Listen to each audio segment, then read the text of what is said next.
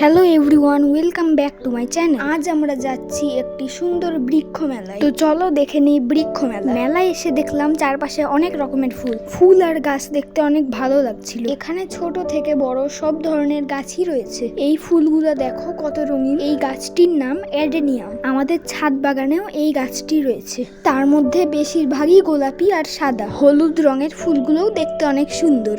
তো তারপর আমরা একটু সামনে এগোলাম। সেখানে গিয়ে দেখলাম ছোট ছোট অনেক সবুজ গাছ।